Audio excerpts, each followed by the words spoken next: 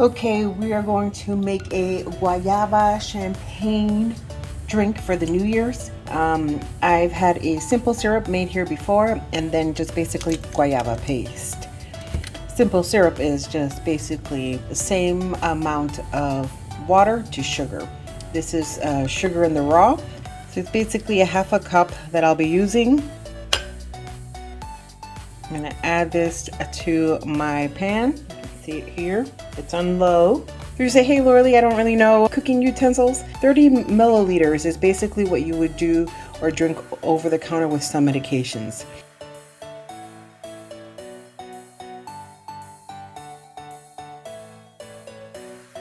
So just take a good chunk of this and add it into your simple syrup. And so remember, just keep this on low, because remember, you're working with sugar.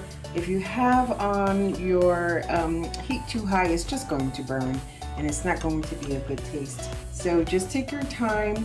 If you want it to, you can cut up those little pieces of the guayaba so that it can kind of melt in. I had a big piece of chunk in there, so I think next time I'll just cut them up a little bit. So what I'm going to do is I'm going to just make sure that all of the chunks of the guayaba is all broken down and incorporated into the simple syrup. I'm going to let it cool down and then I'll show you what I'll do. Hello everybody, and thank you so much for watching my video. I am so excited for this new year. I hope that everyone had a safe and fun new year and have all of your New Year's resolution and goals ready for this upcoming year.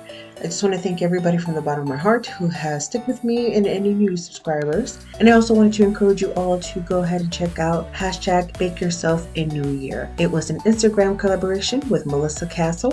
So I encourage you guys to check that out and support us all. Thank you so much for watching.